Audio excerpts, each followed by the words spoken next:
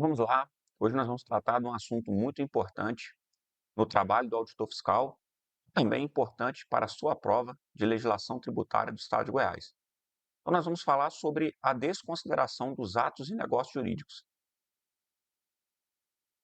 Então, antes da gente iniciar, antes da gente tratar aqui para o texto legal, eu queria falar um pouquinho. Atos ou negócios jurídicos são termos que eles vêm lá do direito civil. Então, nós sabemos que a Constituição Federal ela determina o campo de incidência dos tributos, né? A lei que institui o tributo, ela vai prever ali as hipóteses de incidência que tem que estar, que elas devem estar em consonância com o campo, né? Com o campo de incidência previsto na Constituição. E a obrigação tributária, de fato, ela vai nascer quando? Quando ocorre o fato gerador, que é o caso concreto, né, que espelha ali a hipótese de incidência prevista na legislação. Isso se dá no mundo real através de atos ou negócios jurídicos, né? Só que muitas vezes o contribuinte ele ele pratica atos ou negócios jurídicos que a finalidade não é a real, né? Não cumpre aquele objeto previsto. E a principal finalidade dele realmente é de simular alguma situação ali, ou mesmo simular com a finalidade de suprimir o pagamento de tributo. Vamos ver o que o texto nos traz, então. São passíveis de desconsideração pela autoridade fiscal para fins tributários, atos ou negócios jurídicos.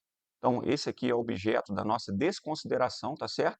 Praticados com a finalidade de dissimular a ocorrência do fato gerador do tributo ou a natureza dos elementos constitutivos da obrigação tributária, bem como aqueles que visem ocultar os reais elementos do fato gerador de forma a reduzir o valor do tributo, evitar ou postergar o seu pagamento, observados os procedimentos estabelecidos na legislação tributária.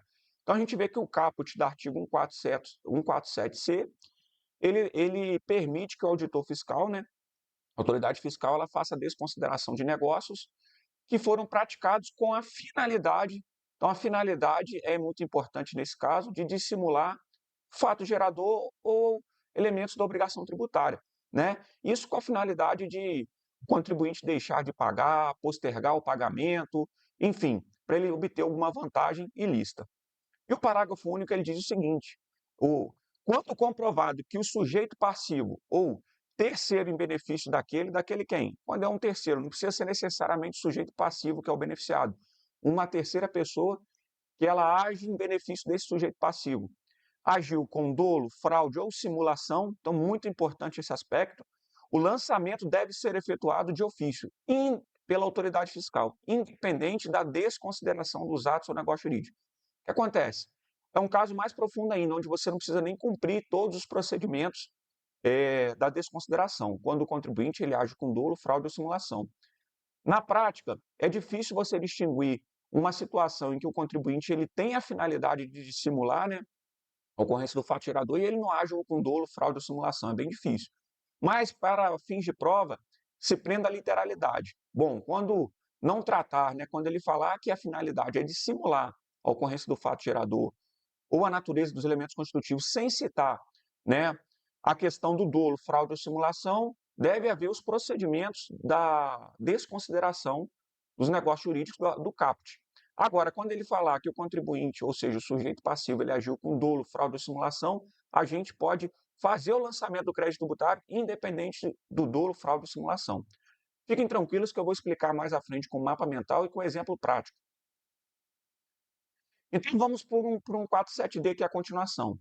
Na hipótese da constatação pela autoridade fiscal, de atos ou negócios jurídicos passíveis de desconsideração, nos termos do 147C, o que acabamos de falar, o responsável pelo procedimento fiscal, que é o auditor fiscal, né, ele deve expedir uma notificação ao sujeito passivo, ou seja, ele antes de fazer a desconsideração, ele tem que notificar, ao qual deve indicar os fatos e elementos que podem caracterizar a possibilidade de desconsideração do ato ou negócio jurídico.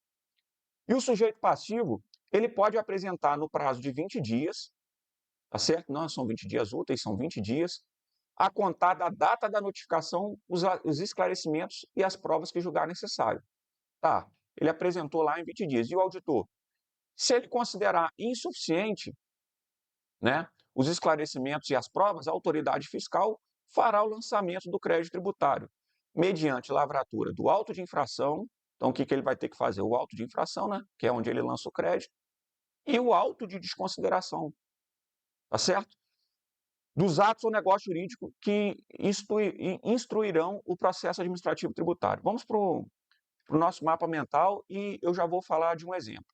Então, qual que é o procedimento para a desconsideração dos atos ou negócio jurídico? Então, primeira coisa, o auditor fiscal, né, a autoridade tributária, ela vai expedir uma notificação para o sujeito passivo, olha aqui, indicando os fatos da desconsideração, obviamente. É uma oportunidade de defesa para ele, para verificar, né?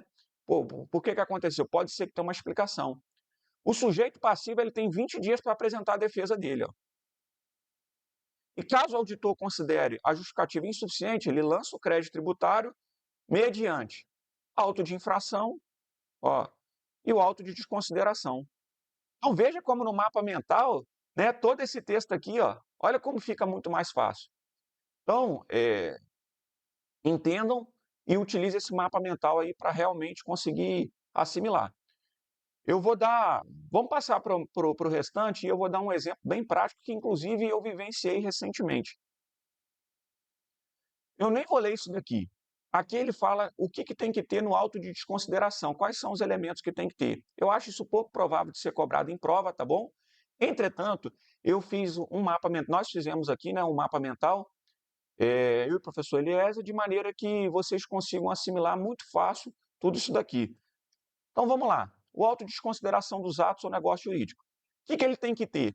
Então a primeira coisa é um relatório circunstanciado. Então veja como é muito lógico. O que é o relatório circunstanciado? É um relatório que realmente vai dizer tudo o que aconteceu, né?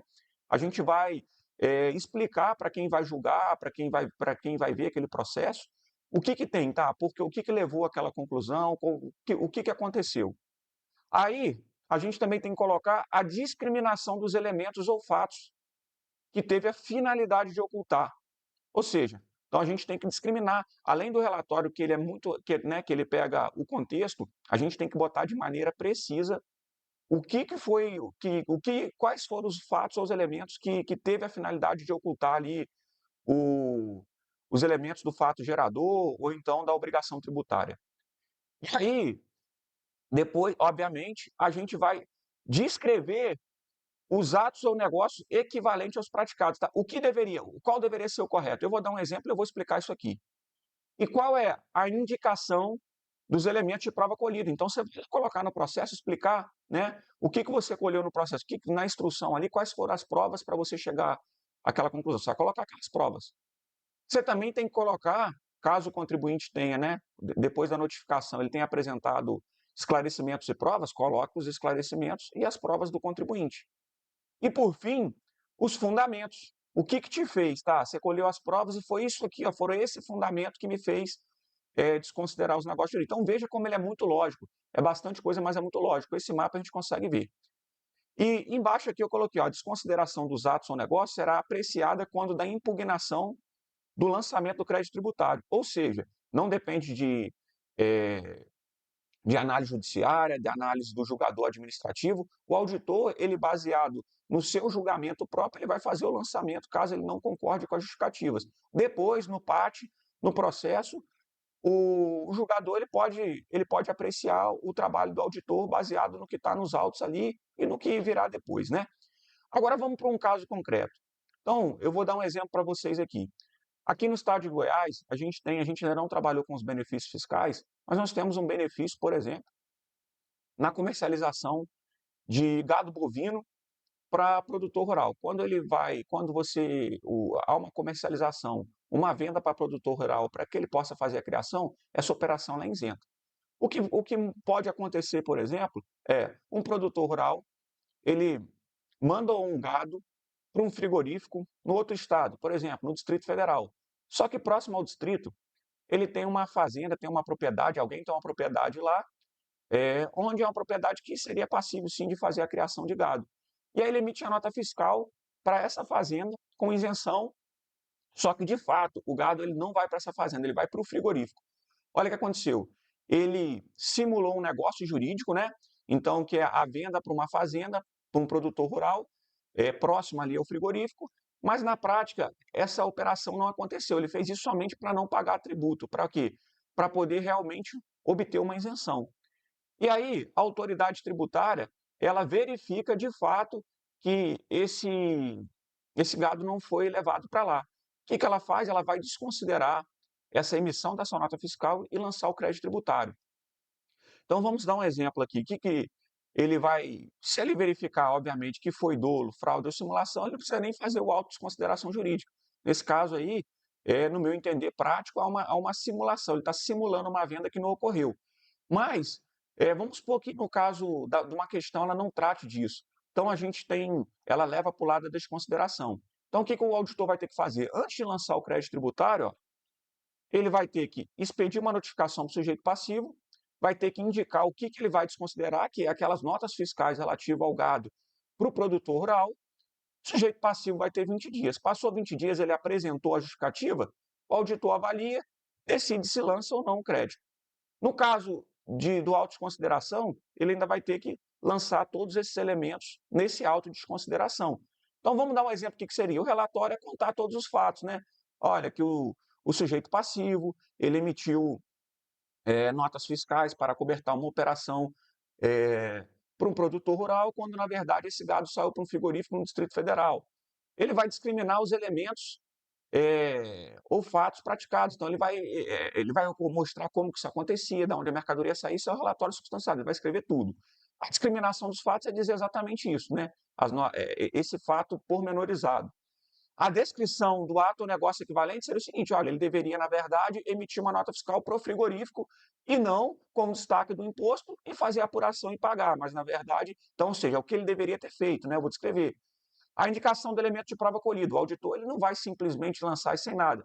Então, normalmente, o que a gente faz? Contando um caso concreto, eu fiz uma auditoria nesses termos. Então, a gente fez ali, entrou ali, fez a transferência do sigilo do contribuinte, verificou os pagamentos, e a gente verificou que, na verdade, quem pagou aquela operação foi o frigorífico e não o produtor rural. Não havia pagamentos para ele, a gente seguiu o caminho do dinheiro, é uma coisa que a gente usa muito aqui no fisco, né? Seguiu o caminho do dinheiro e através do dinheiro, olha, a gente verificou que realmente o pagamento foi feito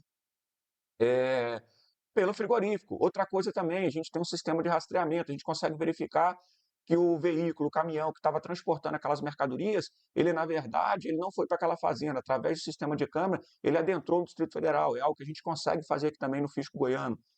E então a gente está indicando. E aí a gente pega e contesta as provas do contribuinte e fundamenta a desconsideração. Então veja que como um exemplo fácil, ficou muito fácil entender o artigo 147C e 147D. Um assunto extremamente importante para o trabalho do auditor fiscal e também importante para a sua prova, tá bom? Então ficamos por aqui com mais esse assunto.